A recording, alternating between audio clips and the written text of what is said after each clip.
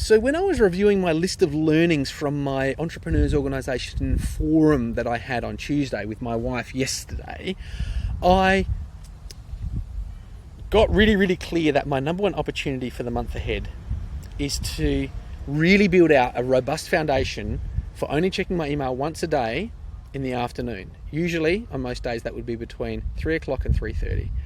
And that if I build that one habit properly and I maintain that habit for the rest of my life, that my life is just going to be, my life is really amazing. Like, I can't even imagine how good my life is going to be once I nail that habit.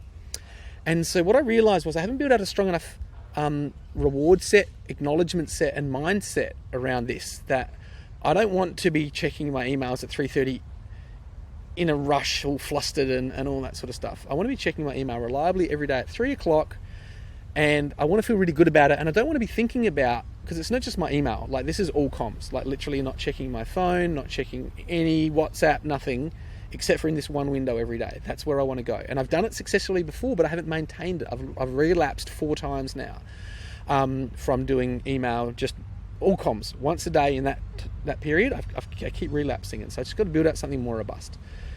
And I really want this. I think you can see that. So what I did was I want to build out a really strong reward foundation, and I realized I want to do the reward before I do my comms, because the reward isn't for doing my comms.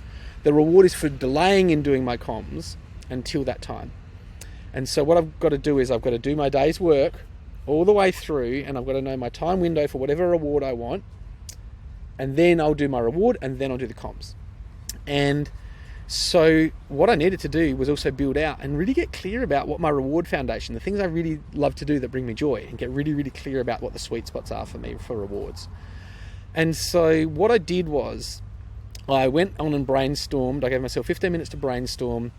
I went on Google Maps and Google and just checked all the fun things that there are to do around me, essentially accessible joy for me. And I listed them all out. And I ended up in this particular case with 25, but I just ended up with what I ended up with. And then what I did was I asked myself, how much joy will each one of these things bring me if I do it? And I ranked them I force ranked them. So this is the one with the highest joy at the top and the lowest joy at the bottom. And Wizard Walk was at the top. So you see this number 1 here, which is not at the top anymore. But what I did was once I'd put them from top to bottom in terms of how much joy, I wrote numbers next to them. 1, 2, 3. And then what I did was I went, well, how long is this going to take? I ranked them from how long it would take from the quickest to the slowest. And that's why it's all these numbers here are all jumbled now, because I then, once I had the numbers on the front, then I could jumble them again by how long they take. And then what I'd essentially done is I'd force ranked every single one of these activities by both time, and all the time ones are still in that order, how long they take. This is the quickest and that's the slowest. And this is how much joy they bring me. And that was jumbled because I force ranked a second time. But I've still got the coordinates. And so what I've done here is I've created some coordinates. And I've also created a category here. If I think of any new ideas, I can put them there. But I'm just going to put new ideas there and work with this for the month. And then at the end of the month, if I want, I can re-scramble this. And so what I did then was I built out this map of essentially what's going to bring me joy. And it's here.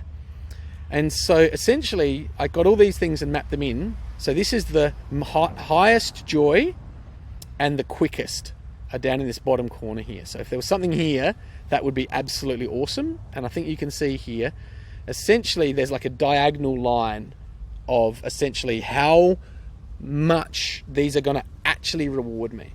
And so VR actually is on the top of the list for me.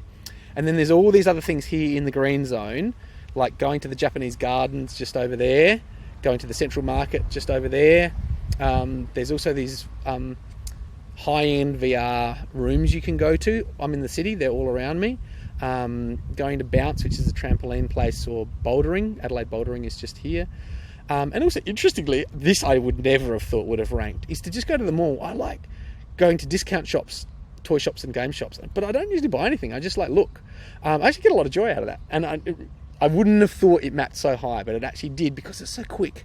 I can just go to Games Workshop and just go and watch people play Warhammer. And I love just watching people play games and that sort of stuff.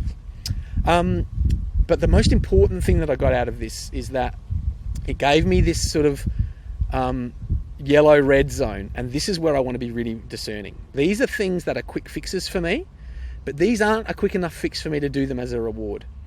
And this is really diagnostic for me. I already knew that the art gallery, museum, casino, and playground, these things that are clearly off the table, but these things here that are off the table here, these are not suitable rewards for me. These are borderline rewards. I want to be sticking in the green, and I could do these at a push.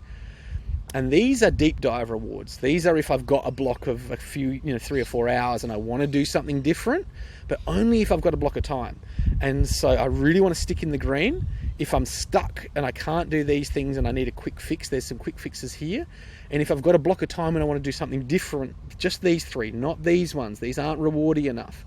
This one just makes it in the wizard walk, but I'd need add hours for that. And so, yeah, these are really borderline-y things. And so this really helped me figure out what those rewards need to be. And so I'm just exponentially more confident that I will actually be doing comms once a day in that 30-minute window, and really just opening up my ability to generate wild performance for almost all of the day, and then giving myself a 12-hour window between when I plan out what's important for tomorrow and when I actually start executing, so I can get even better performance and then get things done faster and go and get my rewards and have a great life.